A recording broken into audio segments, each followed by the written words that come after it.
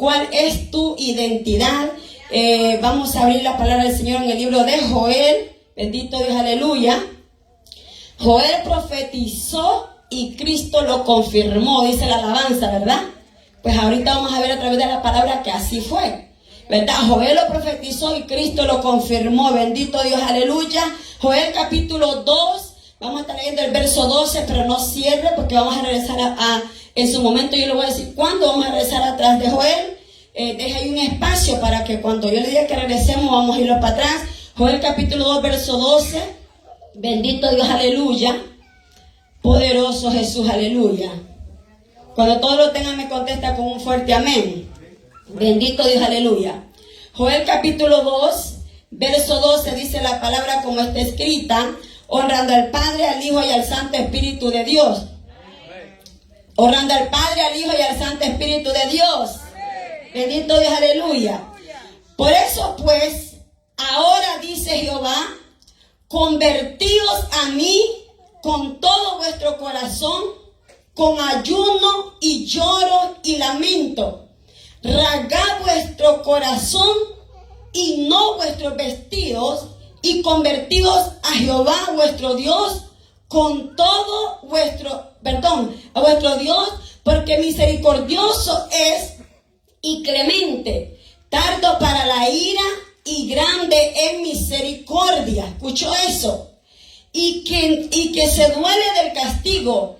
¿Quién sabe si volverá y se arrepentirá y dejará bendición tras él? Esto es ofrenda y liberación para Jehová vuestro Dios.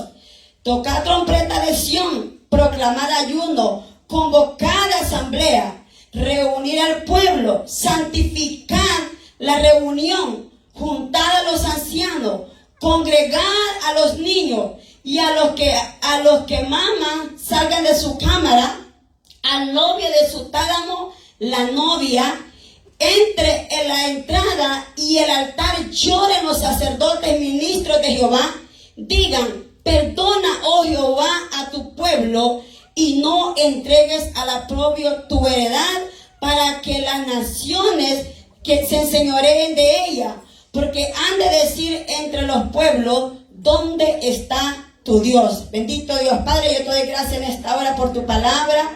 Adoramos y glorificamos tu nombre, Padre eterno, porque tu nombre es sobre todo nombre. Bendito Dios, aleluya. Estamos delante de tu presencia, Padre Santo, una vez más pidiéndote, Padre, misericordia por cada uno de nosotros, Padre eterno. Te pedimos desde ya por esta palabra, Señor, que es santa y bendita, Padre Santo. Instrumento en tus manos somos solamente, Padre, siervos inútiles, Padre eterno. Nada podemos hacer sin tu ayuda, Padre Santo. Envía tu Espíritu Santo en esta hora, señores, que los acobije, Padre Santo. Habla a través de mi vida, Padre Santo. Úsame para tu gloria y tu honra, Padre Santo. Abre el corazón, Señor, de cada joven, cada niño, cada adulto, cada anciano, Padre Santo, que se hizo presente. Bendito Dios, aleluya.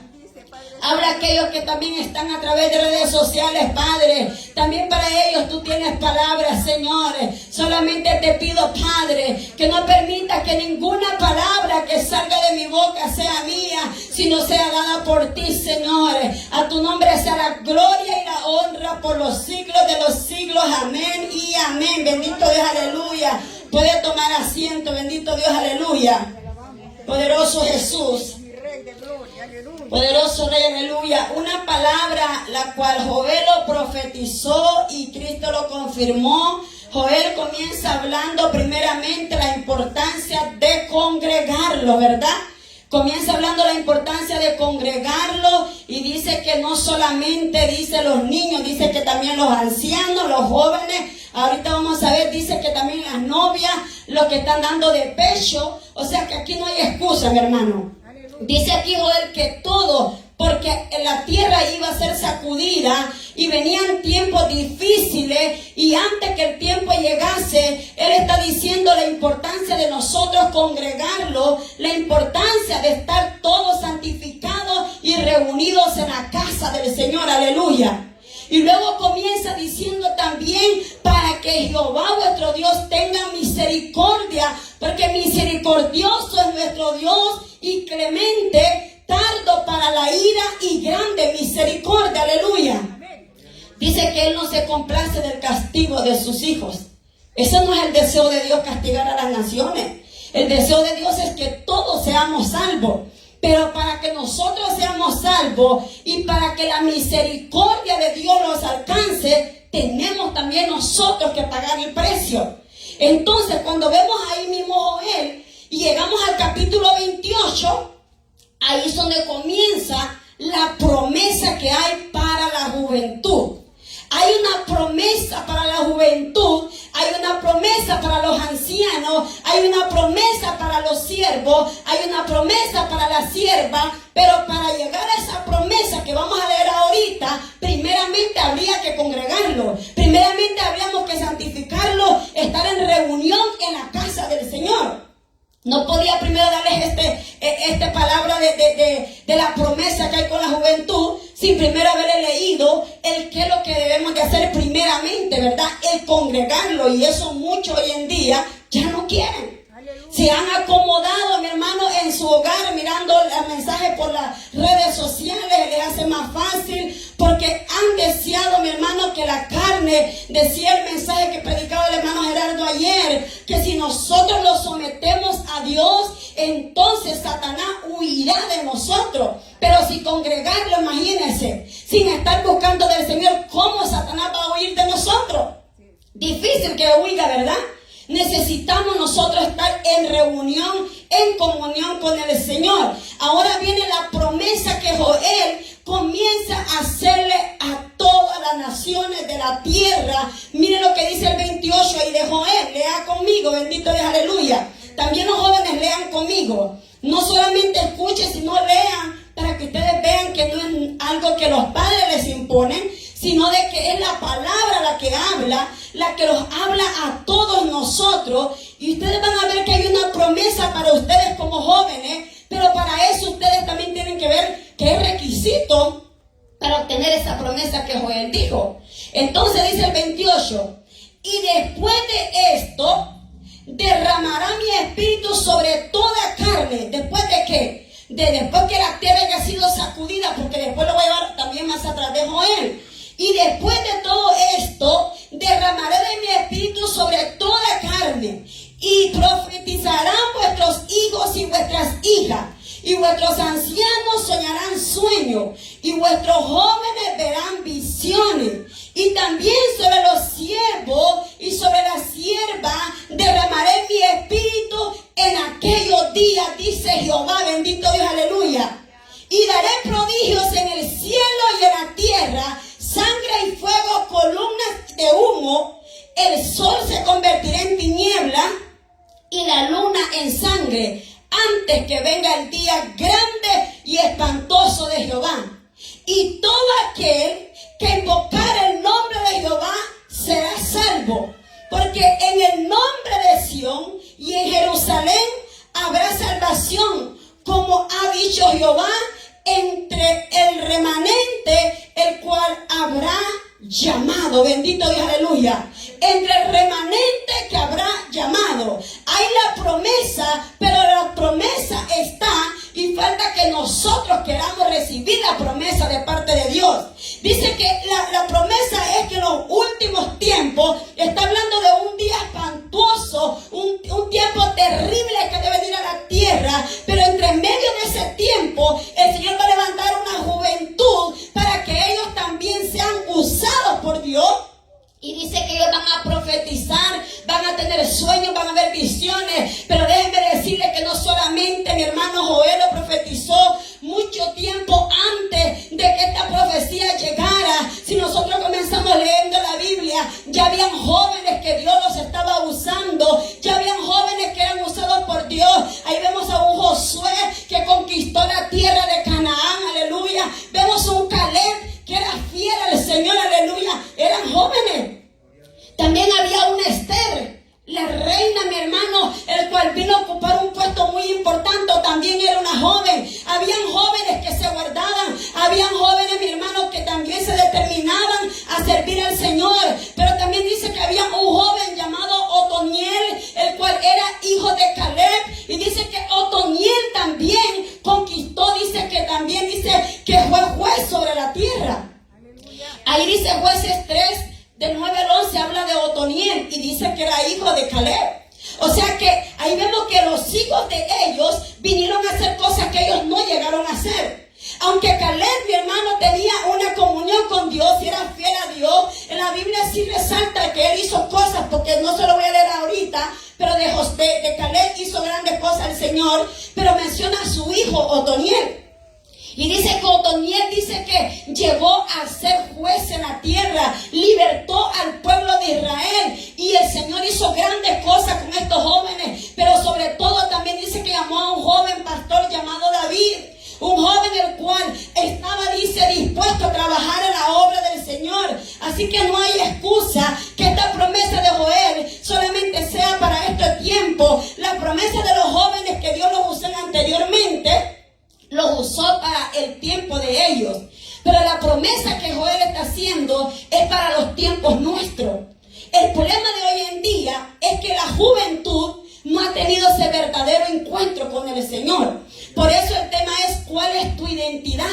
Porque muchos jóvenes todavía no se identifican realmente quiénes son delante del Señor. Lastimosamente, la identidad suya va a depender cómo te conocen allá afuera y cómo te conocen acá adentro. Porque si acá adentro tú eres una persona y allá afuera otra, entonces tú no tienes una verdadera identidad delante del Señor. Aleluya. Para nosotros ser identificados como hijos de Dios, tenemos que tener una identidad dentro de la casa de Dios, en su casa y también donde nadie lo conoce, para que entonces testifiquemos de las maravillas del Señor. Pero hoy en día los jóvenes se avergüenzan de hablar del Evangelio. Y sabía usted que la palabra dice que si usted se avergüenza del Evangelio, también el Señor se va a avergonzar de nosotros. Y muchos de nosotros no los conocen que somos cristianos. A muchos de nosotros, mi hermano, estamos lejos de que nosotros los identifiquemos como hijos de Dios. Y cuando hablo de jóvenes, no solo me refiero a los jóvenes, mi hermano, de edad. Lo referimos también a nosotros. ¿Cuántas veces usted sin abrir su boca, mi hermano, han visto en usted que usted refleja el amor de Cristo? Cuando ahí en Hechos capítulo 6, dice la palabra que escogieron a 7 diáconos y eran hombres que tenían que tener requisitos para ser diáconos.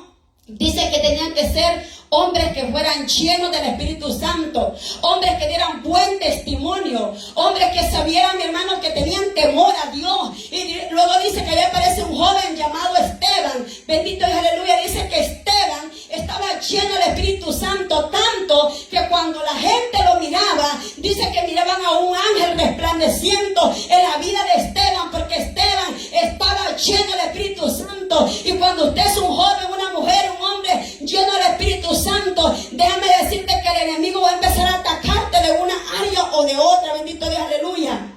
En cuanto Esteban fue ungido para que fuera diácono, mi hermano, de la congregación, empezaron los enemigos a levantarse fuertemente contra Esteban. Tanto que lo perseguían. Pero algo que me gusta de Esteban es que Esteban escuchaba críticas, Esteban escuchaba que lo señalaban, Esteban estaba, mi hermano, amenazado de muerte, pero Esteban no se cayó. Esteban continuó predicando. Si usted lee ahí la historia de Esteban del capítulo 6 y 7 de Hechos, usted va a ver que Esteban predicó el Evangelio, les incomodó el pecado, les hizo saber lo mal que ellos andaban. Y eso no le gusta al pueblo, cuando se les predica lo mal que andamos. El pueblo quería que se les predicara lo que ellos querían oír. Pero Esteban les hablaba que así como Moisés les predicó a los padres y les habló de lo mal que estaban, le digo, ustedes están peor que sus padres. Ustedes no son diferentes a sus padres. Y eso le causó la muerte a Esteban.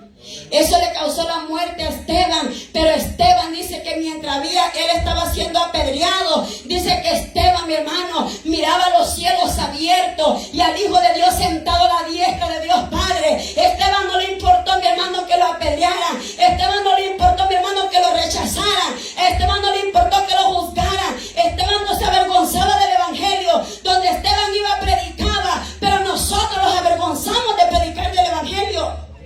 Porque solamente, mi hermano, queremos ocupar estas bancas o un puesto, una posición en la iglesia, pero no queremos someterlos al Señor. Hay que someterlos a Dios y pagar el precio. Pero Joel dice que hay una promesa, pero no solamente lo profetizó Joel, también Cristo lo confirma. Cuando estamos ahí en Hechos capítulo 1, vaya ahí a Hechos. Bendito Dios, aleluya. Hechos capítulo 1. Poderoso Jesús, aleluya. Bendito Dios, aleluya. Hechos capítulo 1, bendito Dios. El Señor le confirma la profecía que hizo Joel. Los milagros o como Dios haya usado la juventud de antes, la usó para ese tiempo. Pero la confirmación, la cual está dando Joel, capítulo 2, la confirma aquí el Señor Jesucristo. Eso significa que esa promesa que Joel hizo, entonces era para los tiempos de nosotros, para nuestra juventud, para el siglo XXI. Porque lo que está pasando allá afuera, mi hermano, eso no es bonito. Vienen cosas peores. Si usted cree que lo que usted ve ahorita, esto está al final, mi hermano, faltan muchas cosas más. Vienen cosas más peores que esa. Viene una hambruna sobre la tierra, viene una sedad sobre la tierra, y ahí entonces va el valiente a querer buscar quien le ayude y no haber, dice, bendito Dios, Amós dice que van a haber, dice que va a haber hambre y sed, pero no hambre de pan, dice Amós, sino de oír palabra del Señor. Va a andar la gente con ansiedad de que alguien les predique la palabra, pero dice Amós que cuando ese tiempo llegue, ya no va a haber nadie que le predique la palabra. Ahora que usted tiene la oportunidad, mi hermano, aproveche que se le predica la palabra. Ay, es que la iglesia donde vamos ahí no se mueve el Espíritu Santo. El problema es que no es la iglesia, es usted. Me voy a ir a otra iglesia porque aquí no se mueve el Espíritu Santo. Es que usted puede ir a la iglesia con más clase, la más bonita, la más grande. Pero si usted anda mal, no va a recibir presencia en ninguna parte. El Espíritu Santo se va a mover conforme usted está buscando. Porque si usted no busca la presencia de Dios, pues no espere venir a sentir a la iglesia tampoco. Porque la iglesia no es donde se busca la presencia de Dios. Es tu intimidad cuando tú estás a sola con el Señor. Es ahí donde realmente se encuentra el verdadero llenura del Espíritu Santo. Cuando llegamos a la iglesia, llegamos a gozarlos con el Señor y con nuestros hermanos. Pero la llenura del Espíritu Santo tiene que andar a usted. No importa si usted se va a la iglesia. Mire, la iglesia ahorita estuviera llena. Los hermanos que se acaban de unir, si yo les enseñara las presentaciones que han habido aquí, esto tuviera que hubiéramos buscado otro local ya. Estuviera lleno. Pero no quieren someterse ni a su pastor, ni tampoco a Dios. Quieren solamente que se les dé lo que ellos quieren. Y mire, y por eso Pablo le advirtió a Timoteo que en los últimos tiempos, ahí en 1 Timoteo 4, que le tuviera mucho cuidado, le dijo a Timoteo, porque en los últimos tiempos habrán, dice, personas que van a andar, dice, deseo de oír palabras, pero conforme a su propia concupiscencia, conforme a sus propios deseos, no conforme la palabra dice. Pastor, yo voy a ir a la iglesia, pero quíteme ahí que yo me puedo poner pantalones. Pastor, yo voy a la iglesia, pero no me impida que yo haga esto. Pastor, voy a la iglesia, pero no me diga lo que yo tengo que hacer. Déjenme ser yo y así yo voy a ir a la iglesia. Y así están llenas las iglesias. Pero la pregunta mía es, ¿usted cree que es el pastor que le está diciendo que no haga, que se ponga tal cosa? Es la palabra. Si escudriñamos la palabra, nos vamos a dar cuenta que es la palabra la que lo dice, no es mandato del pastor.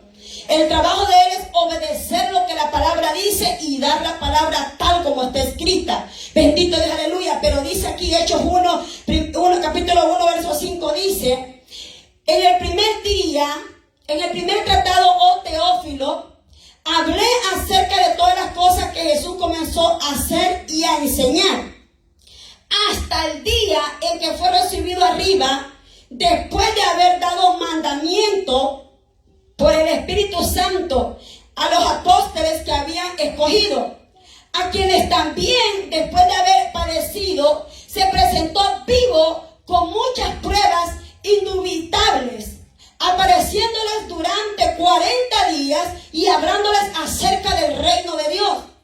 Y estando juntos, les mandó que no se fuesen de Jerusalén, sino que esperasen la promesa del Padre, la cual les dio. Oíste de mí, la cual les dio que oíste de mí. Porque Juan ciertamente bautizó con agua, mas vosotros seréis bautizados con el Espíritu Santo dentro de no muchos días. El bautismo que recibió la hermana Claudia fue un bautismo la cual se le considera aquí como el bautismo de Juan. Pero para ella recibir el bautismo del Espíritu Santo, ella tiene que tener un verdadero encuentro con el Señor.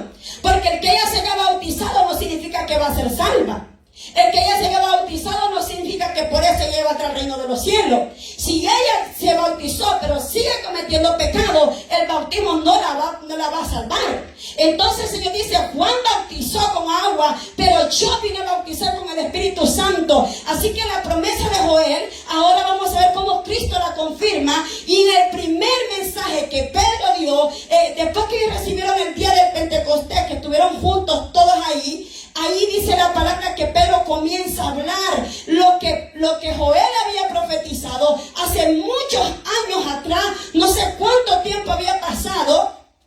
Dice aquí en Hechos capítulo 2, ahí mismo, el verso 14, léalo usted también, joven, ahí. Hechos capítulo 2, verso 14.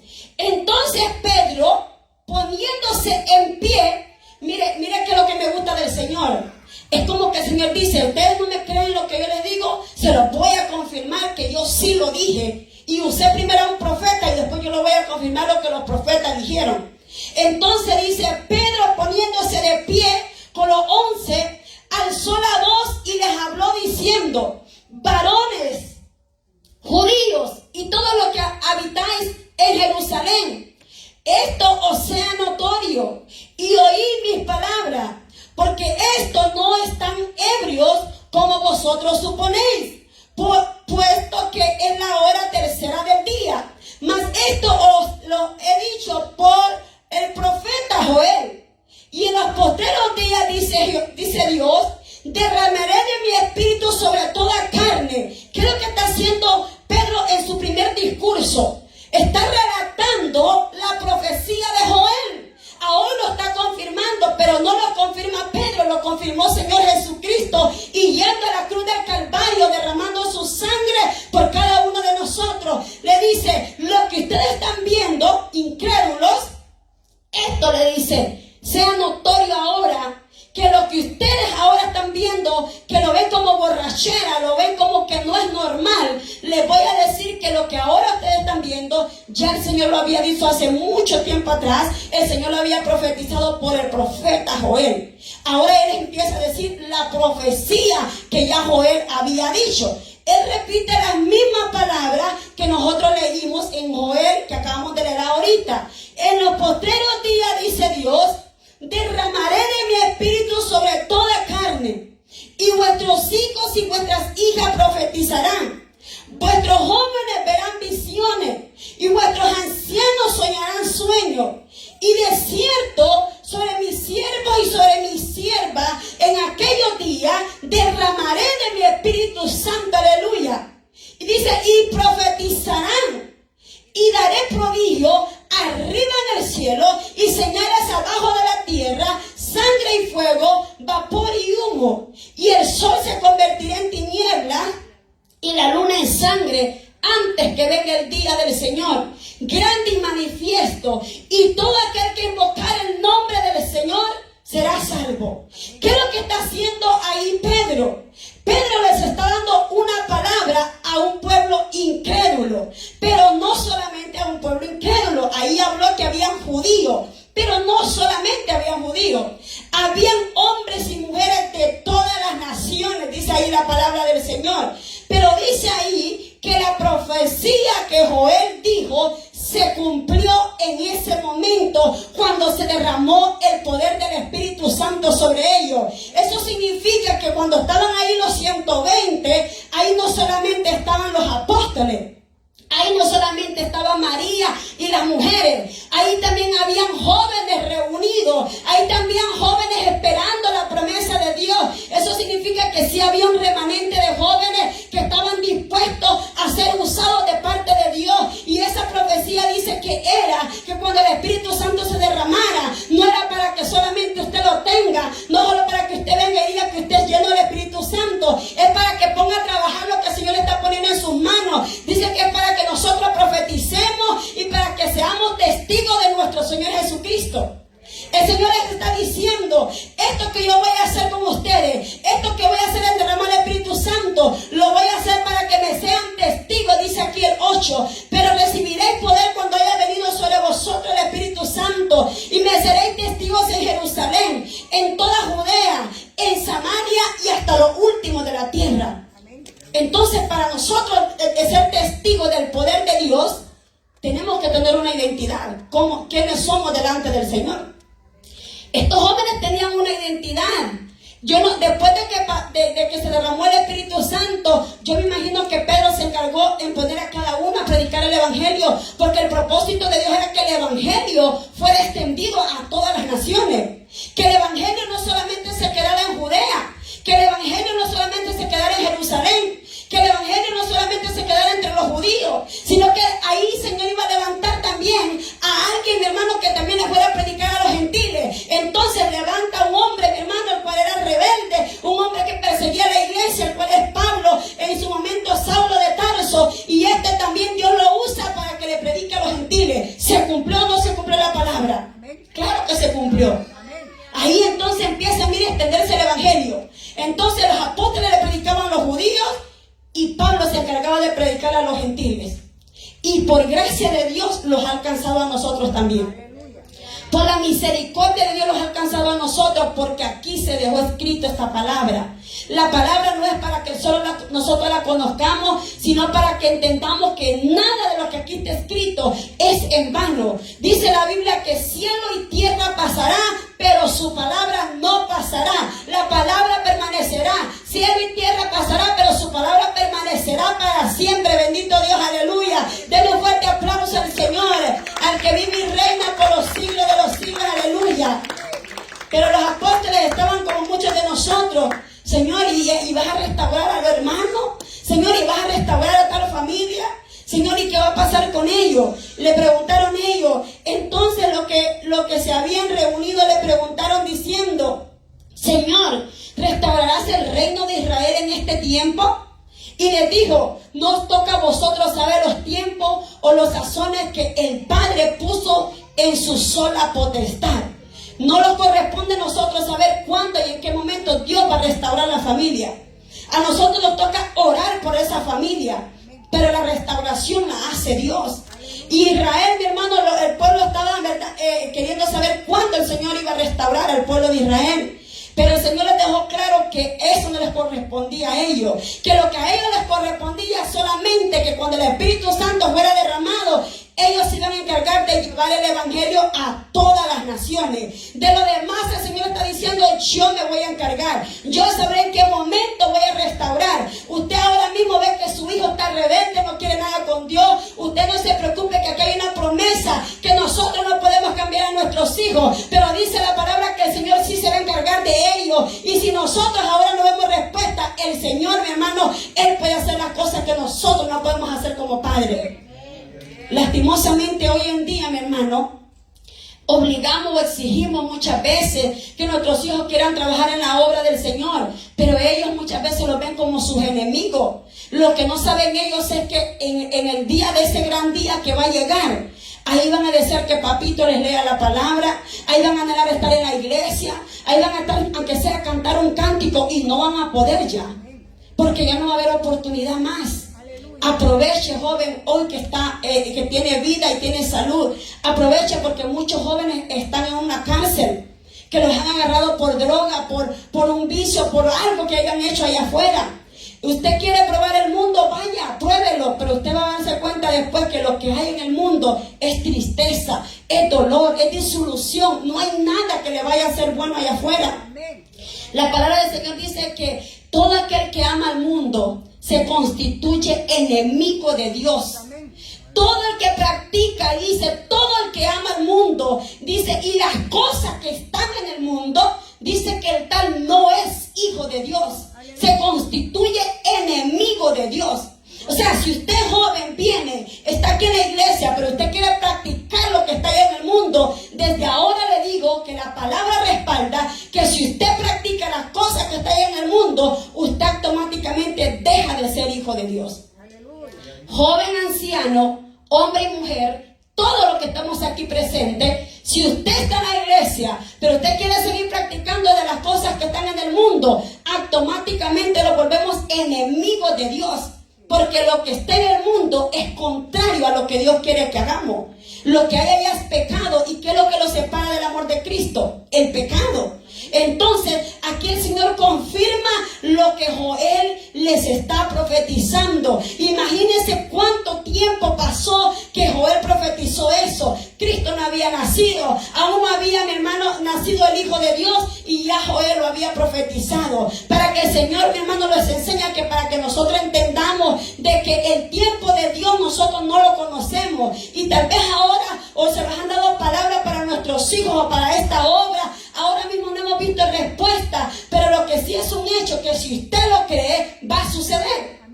Que si usted lo cree, va a suceder. Pero si usted pone en duda la palabra del Señor, podemos estar predicando y predicando, orando, ayunando, y no va a surgir nada. Porque todo está en que nosotros creamos lo que la palabra dice. Y si la palabra dice que en los últimos tiempos el Señor va a usar a la juventud, yo lo creo. Y en esta palabra hay unos jóvenes, los cuales el Espíritu Santo fue derramado. Pero dice también que no solo para los que estaban ahí presentes, dice que para toda carne que quisiera dejarse usar por Dios.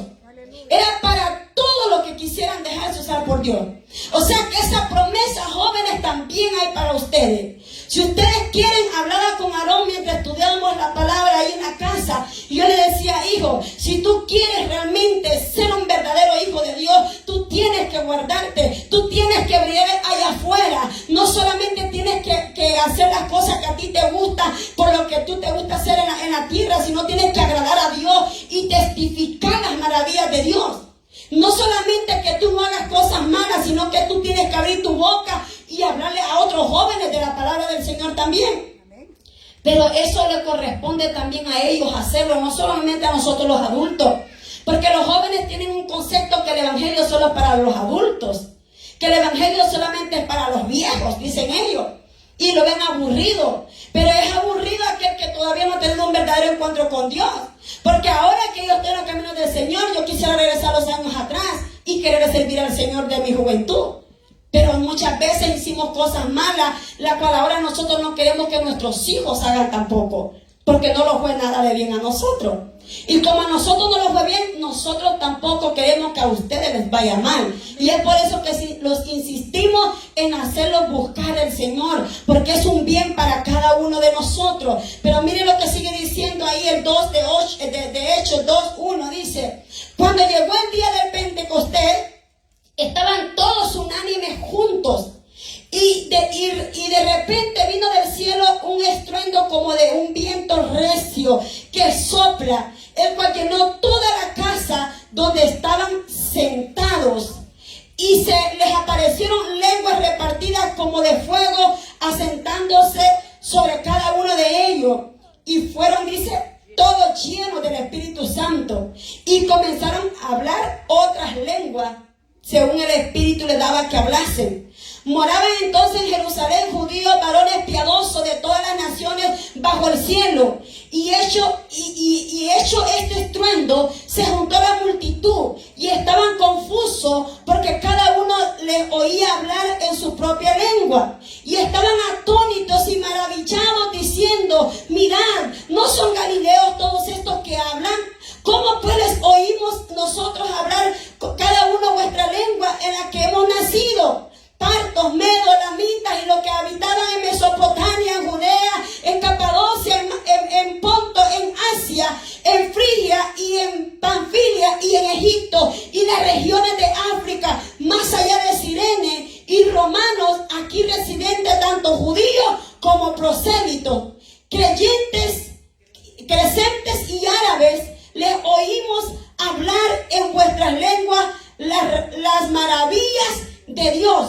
Oiga, que estos hombres, imagínese usted, que usted como joven viene el derramamiento del Espíritu Santo y usted de pronto está allá en la China y usted nunca ha hablado en chino, pero como usted es un joven que se guarda y es fiel a Dios, y Señor viene y te manda que le vayas a predicar a los chinos, y de pronto usted dice: pero yo no sé hablar chino. Bueno, pues allí Dios puede llevar lo que es la llenura del Espíritu Santo y hacer que tú entiendas lo que estás hablando y también puedas hablarles a otros de su palabra. Porque dice que estos que recibieron la llenura del Espíritu Santo comenzaron a hablar el lenguaje de los africanos, comenzaron a hablar el lenguaje de los árabes, comenzaron a hablar lenguas que ellos nunca habían hablado. Esas eran las lenguas que hablaban ellos. No es que hablaban a las lenguas que ustedes escuchan. Las lenguas que ellos hablaban eran los idiomas de otras naciones que ellos nunca habían hablado. O sea que el derramamiento del Espíritu Santo cuando salieran a predicar el evangelio. Ahí entonces los jóvenes que recibieron la llenura del Espíritu Santo, de pronto algunos de ellos fueron a predicar entonces a las otras naciones, las cuales tenían otro lenguaje. Porque lo que el Señor derramó ahí no se fue, mi hermano, eso se quedó con ellos. O sea, cuando el Espíritu Santo viene a usted, es una experiencia que nunca se va a olvidar. Es una experiencia que usted la va a tener presente, y eso es lo que le hace mantener buscando del Señor. Y el Espíritu Santo se derramó, así que ya los apóstoles no solamente hablaban hebreo, ya no solamente hablaban judío, y hablaban otros idiomas de otras naciones, de otros países, cuales eran invitados. Ese día del Pentecostés era una invitación que se daban a todas las naciones cercanas, para celebrar el día de la cosecha de los granos, desde lo que habían recibido durante el año, y así festejaban esa fiesta. Se le conoce como la fiesta del Pentecostés. No es que así fue el día del Espíritu Santo, se llama Pentecostés, era la fiesta que se llamaba Pentecostés, y ese día fue como el Señor derramó el Espíritu Santo. El Señor siempre aprovecha, mi hermano, una ocasión, un evento, para hacer algo sobrenatural, pero no para que el hombre se engrandezca, sino para que el nombre de Cristo sea glorificado. Aleluya. Para eso Él hace esos eventos, para que en el nombre de Cristo sea glorificado. Él hace grandes prodigios y milagros. Bendito Dios, aleluya. Dice ahí la palabra del Señor en Gálatas 5:25. Si vivimos por el Espíritu, andamos también por el Espíritu. Si tú andas o tienes el Espíritu Santo, entonces usted tiene que testificar que usted es espiritual donde quiera que vaya. Usted no solamente va a ser espiritual donde lo miran. Dice que si vivimos por el Espíritu, andamos también por el Espíritu. Entonces tenemos que vivirlo, no tenemos que aparentar que somos espirituales. Tenemos que vivir como espirituales. Bendito Dios, aleluya. Primero de Juan 5:7 dice: porque tres son los que dan testimonios en el cielo: el Padre, el Verbo y el Espíritu Santo. Y estos tres son uno solo. Así que el que da testimonio es el mismo que te encontró cuando estábamos muertos en delitos y pecados. El Padre puso la mirada en nosotros, el Verbo se hizo carne y el Espíritu Santo se derramó sobre cada uno de nosotros. Denle un fuerte aplauso al que vive y reina. Bendito Dios, aleluya. El Verbo se hizo carne, y estos tres dan testimonios en el cielo. Estos tres dan testimonio. El Señor, mi hermano, ha sido tan bueno con nosotros y los ama tanto que por nosotros no ha venido. Por amor a nosotros no ha venido. Él quiere que los perfeccionemos más. La palabra dice que el que esté firme mire que no caiga. No se confíe, mi hermano. No se confíe que porque usted hoy es espiritual y cree que por eso usted ora todos los días, cree que por eso usted ya está listo. No. Todos necesitamos más del Señor. Aunque usted tenga un privilegio y conozca la Biblia de Génesis y Apocalipsis, conocí de un testimonio de un pastor evangelista, no sé ni qué era al final, porque decía que era pastor, pero andaba por todas las iglesias. Y yo tengo entendido que el pastor pastorea una iglesia, ¿verdad? Y el evangelista pues anda predicando a las naciones.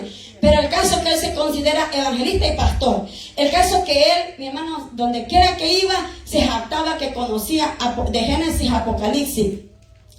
Ya en la edad de su vejez, no sé, tal vez los hermanos de Guatemala lo conozcan, creo que se llama Eduardo Pérez. Pero este hombre, ya cuando estaba en una edad bien avanzada, pues no estaba tan señor. Este hombre, mi hermano, llegó a fallarle a Dios a un punto que el Señor lo había perdonado, creo que como 3 veces había fallado en adulterio. Y luego Dios le dio otra oportunidad y otra oportunidad. ¿Y sabe cuál es el problema de nosotros los cristianos? Que jugamos mucho con el perdón de Dios. Pensamos que como Dios los ama, los va a perdonar las veces que nosotros queramos. Este hombre ahí, usted lo puede buscar. Este hombre falló a la esposa una vez, lo volvió a fallar otra vez, lo perdonó el Señor y siguió levantándose y siguió predicando. Pero que ahí no había, mi hermano, un descontrol completo, porque ya con la primera que falló, él no tendría que seguir predicando la palabra, porque ya la mancha estaba en él. Bendito Dios, aleluya. Pero muchos hoy en día fallan y pueden volverse a restaurar y seguir predicando como si nada. Pero la Biblia dice que esa mancha está puesta ahí ya, aunque el Señor lo perdone. Pero esa mancha, mi hermano, te va a impedir que tú sigas siendo la misma persona. Puede perdonarte Dios, te puede restaurar, pero ya seguir predicando el evangelio. ¿Cómo tú le vas a poder predicar ahora al adúltero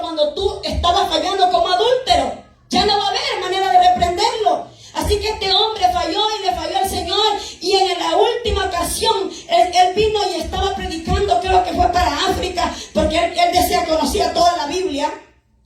Y recuerdo que un día le dijo, un pastor le declaró esa palabra así: podrás conocerte la Biblia de Génesis y Apocalipsis, pero de nada te sirve porque lo que conoces no lo practicas.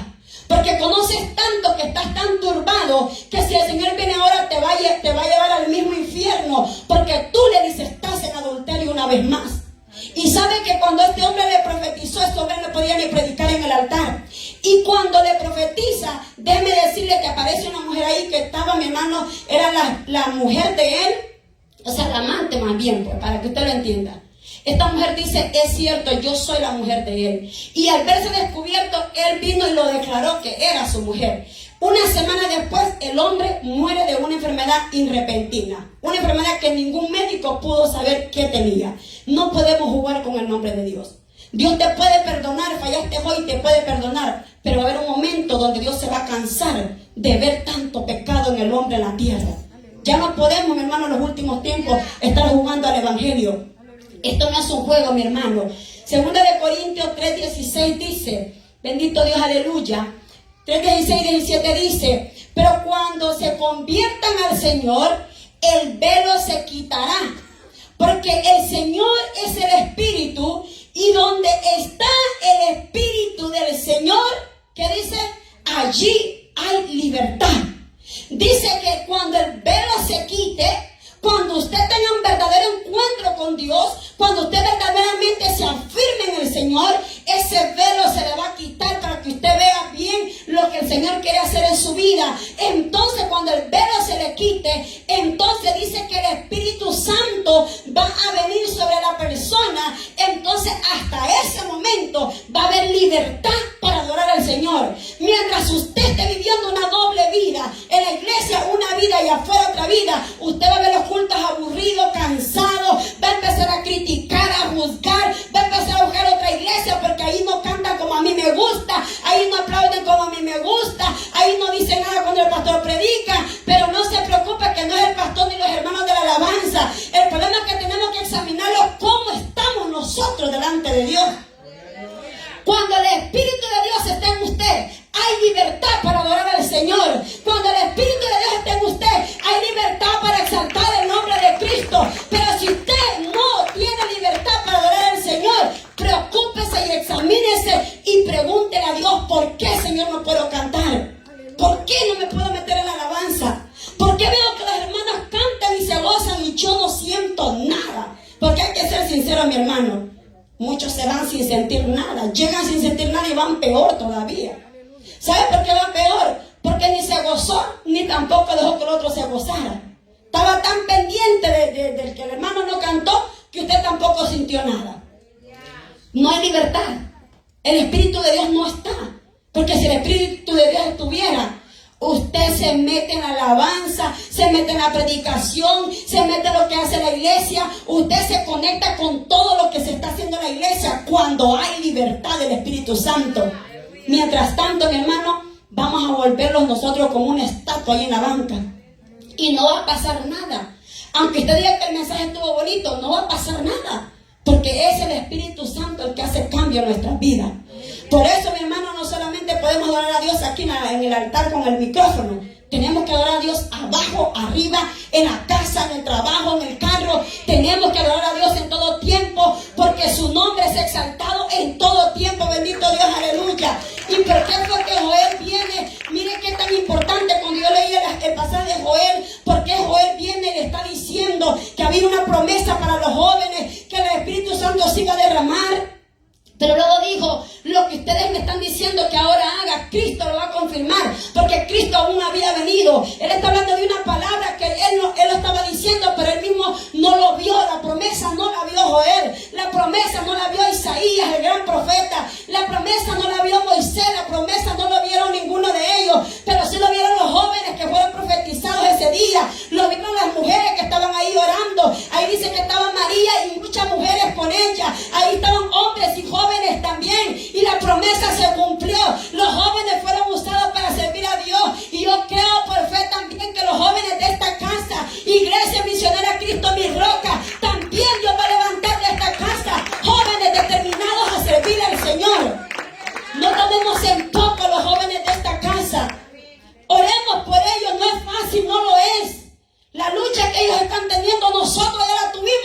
tiempo.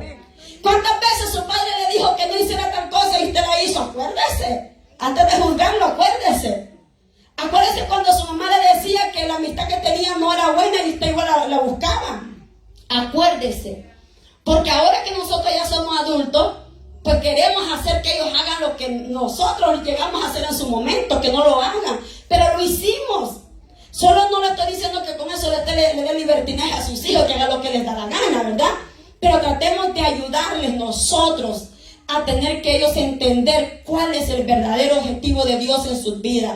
Que no es por ocupar un puesto más en la iglesia, que no es por el talento, por los instrumentos, porque predique, porque sepa la Biblia bien. No, esto se trata de temer a Dios y apartarse del pecado. Vivir para Cristo. Cuando mis hijas estaban pequeñas, yo las crié en el Evangelio, las encaminé del Evangelio desde mi vientre, las llevé a la iglesia y recuerdo que participaban con los jóvenes y cuando iban a la escuela me decían: mami, yo no quiero ir con falda a la escuela porque se ríen de mí. Y le dije yo: ¿y qué es lo que te importa más? ¿Agradar a Dios o que estos compañeros tuyos se rían de ti? De ti va a depender si tú quieres agradar lo que ellos quieren o tú dependes si tú quieres servir a Dios. Pero tú no puedes estar sirviendo a Dios a medias. Si vas a servir a Dios, vas a servir a Dios. De lo contrario, ustedes deciden, pero ustedes no pueden tener privilegios si van a andar de una manera diferente en la escuela también. No les gustaba, pero se las ponían. Y entonces ellas entendieron: tiene razón mi mamá. Si yo agrado a la gente, ¿cuándo voy a agradar a Dios? Imagine, pastor, si lo pusieran a escoger a usted.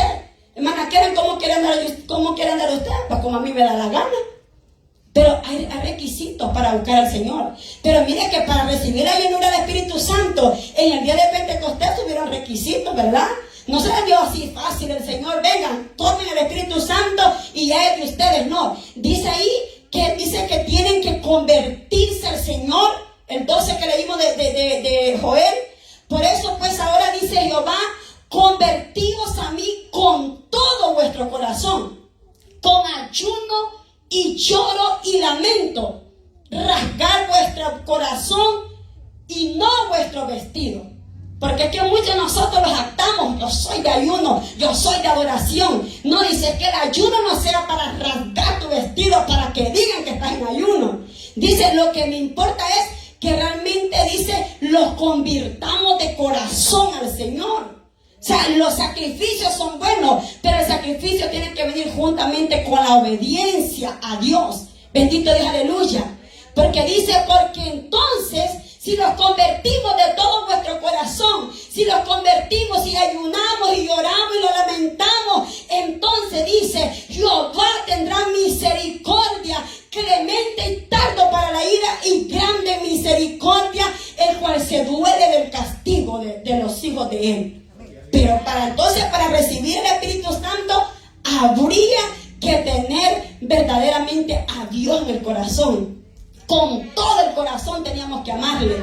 No es fácil la llenura del Espíritu Santo. El que usted escucha hablar en lengua, yo tuve el don de Dios que me dio el de recibir el don de lengua, pero no me lo dio estando yo durmiendo, me lo dio buscándole a Él de noche y de día. Me lo dio porque yo le decía: Señor, yo quiero entender lo que ellos hablan. Pero el Señor no me dio el privilegio de entender lo que hablaban, sino me dijo: te lo voy a dar a ti también, para que tú también entiendas que lo que yo hice con ellos también lo puedo hacer contigo. Porque a veces los olvidamos de otros y no entendemos lo que Dios hace en los otros, pero Dios también te usa y te da cuando Él quiere. Como le dijo a Salomón: lo que no me pediste, eso te voy a dar. Porque así trabaja Dios. Yo no le pedí al Señor el don de lengua, yo le pedí al Señor que me diera el don de interpretación de lengua, porque a mi mamá Dios le dio el don de interpretación de lengua. Un privilegio que, mi hermano, realmente es un gran privilegio el don de interpretación de lengua, porque sí lo hay. Pablo ahí lo escribió en Corintios 12, dice que está el que habla lenguas y el don del que interpreta las lenguas también. Es un don, un don que Dios lo da, no es que uno lo busca, es Dios quien lo da. Bendito Dios, aleluya. Pero entonces dice, entrad, dice, en el altar y lloren los sacerdotes ministros de Jehová y digan: perdona, oh Jehová, a tu pueblo, y no entregues al oprobio tu heredad, para que las naciones se enseñoreen de ella, porque han de decir entre los pueblos: ¿dónde está tu Dios?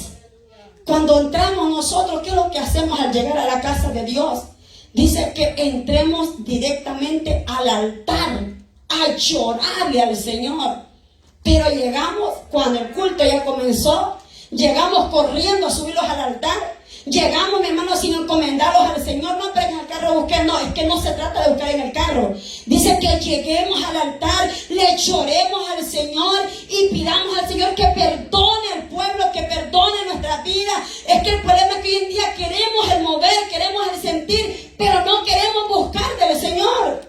Queremos que todo surja como por arte de magia, que el Señor venga y dale una orden, el Señor venga y derrama el Espíritu Santo. No, mi hermano. Vengámoslo más temprano y lloremos delante del Señor. ¿Hace cuánto usted no llora delante del Señor? ¿Cuál fue la última vez que usted derramó su alma? No estoy hablando de llorar porque tiene problemas en su casa, no. Usted puede ver a alguien aquí que está orando por esa persona y está viendo que está llorando, pero no significa que por eso está recibiendo la ayuda del Espíritu Santo. Está llorando por los problemas que está pasando. Y en esa oración usted no sabe lo que está diciendo. De pronto en esa oración está diciendo: Señor, quítame a mi marido que yo no lo aguanto. Señor, quítame a esta persona que la odio. Usted no sabe ni por qué está llorando. La persona cuando llora no siempre llora porque está siendo tocada por el Espíritu Santo. Está llorando porque está siendo tocado por lo que Dios puede hacer en la vida de ellos. Está haciendo, mi hermano, un cambio en la vida de esta persona. Pero confundimos hoy el llorar y el derramar el alma delante del Señor. El derramar el alma es que usted está, mi hermano, diciéndole al Señor: yo no quiero nada más que estar en tu presencia. Es entregarle todo lo que tenemos al Señor. Es tener que temerle a Dios, no solamente por tiempo, sino todo el tiempo. Bendito y aleluya. Y la razón por la cual Joel le está diciendo esto, no solamente a las naciones de ese tiempo, sino que dice que era para un posterior tiempo, que era para el tiempo de ahora. Dice el 1, con esto termino, Joel 2:1, dice: toca trompeta en Sión y da alarma en mi santo monte. Tiemblen todos los moradores de la tierra, porque viene el día de Jehová, porque cercano está. Día de tinieblas y de oscuridad, día de nube y de sombra, como sobre los montes se extiende el alba, así vendrá un pueblo grande y fuerte, semejante a él no lo hubo jamás, ni después de él lo habrá en años de muchas generaciones.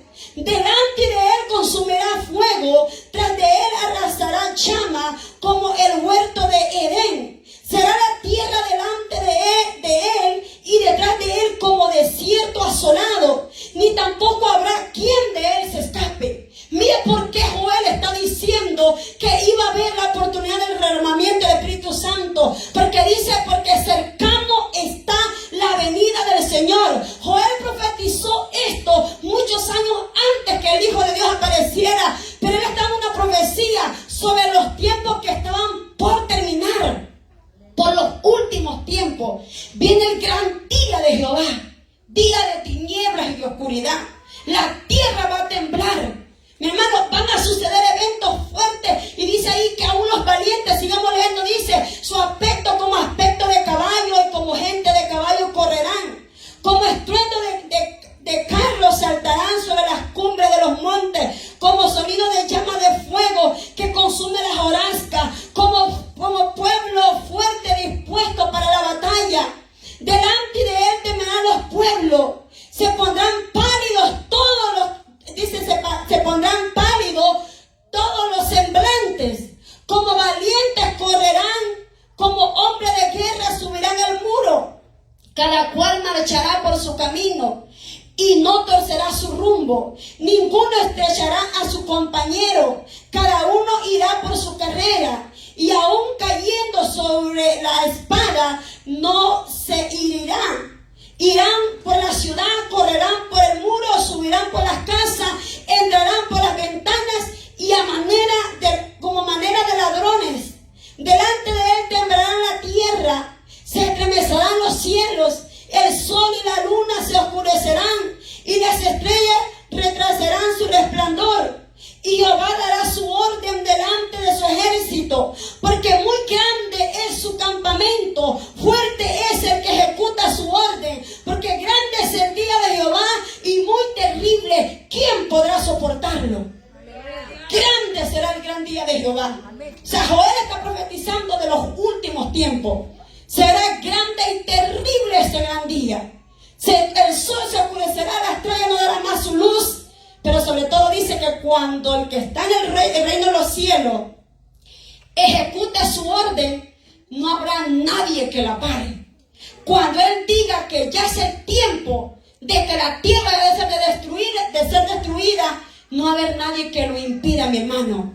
Ahí correrá el valiente, el rico, el que cree que tiene muchos millones. Allá, mi hermano, en el lado de Asia y todos esos lugares están acabando bajo tierra, haciendo mansiones allá abajo. Dice que para cuando vengan los tiempos difíciles, ahí se van a ir a esconder. Mi hermano, dice la Biblia que cuando el Señor venga y suene esa trompeta, dice que los que están en la tierra, aún debajo de la tierra, los que están en el mar, van a tener que salir y van a tener que darle cuenta a Dios. No importa dónde usted se esconda, no importa si usted se va debajo de la tierra, de ahí Jehová lo va a sacar y de ahí todos vamos a tener que presentarlo delante del gran juez, y ahí entonces será el llorar y el crujir de dientes. Para todos aquellos que hoy en día ven el evangelio aburrido o ven que nosotros somos como poco extremistas, nosotros lo único que queremos es que usted también, joven, sea salvo. Lo que nosotros como padres queremos, ¿usted cree, mi hermano, que el hermano Pedro no quisiera que su esposa estuviera aquí con sus hijos? ¿Usted cree que la hermana Francisca no quisiera que todos sus hijos estuvieran aquí sirviendo? Óigame, entonces yo creo que si esto pasara así, la hermana Francisca ya no orara, ya no buscara al Señor. Si la tiene en pie el Señor y orando, es porque todavía tiene que seguir clamando por aquellos hijos. Si nosotros, el Señor no los ha convertido a nuestros hijos todavía, es porque Él sabe que en esa área lo necesita orando. Y cuando usted se acuerde de su hijo, se va a acordar de otros jóvenes también que no son sus hijos. Porque si a usted le está doliendo que sus hijos no se han convertido, también le va a doler que otros jóvenes tampoco se han convertido. Ese es el trabajo que Dios pone en nuestra vida. A veces no entendemos por qué Dios, mi hermano, muchas veces no miramos respuesta a cómo Dios no está trabajando en la vida de nuestros hijos. Pero aunque tú no lo creas, Él sí está trabajando. Que nosotros no lo miremos otra cosa, pero Él sí está trabajando. Ahí cuando su hijo quiere comenzar a hacer el pecado, usted está clamando y el Señor le está diciendo a su hijo, no lo vayas a hacer. Pero no es porque ella no quiere, no porque su oración está impidiendo que hagan el pecado. Así que tenemos que permanecer, tanto como jóvenes como ancianos. Hay la promesa para todos si usted la quiere recibir. Pero si usted no la quiere recibir, no va a pasar nada. Y no va a tener libertad para adorar al Señor. Así que póngase sobre sus pies. Vamos a darle un fuerte aplauso al Señor, aleluya. Si usted tiene libertad para adorar al Señor, adórele, mi hermano, bendito Dios, aleluya. No espere que le digan que adórele usted. Si el que está a su lado no vino, usted no se